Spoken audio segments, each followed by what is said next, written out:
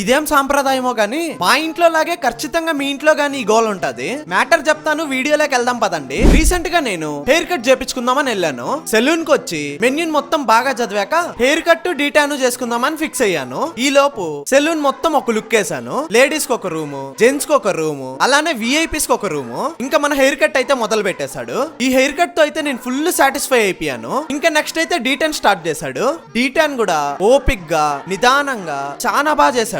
ఇంక ఇది కూడా ఫుల్ సాటిస్ఫై.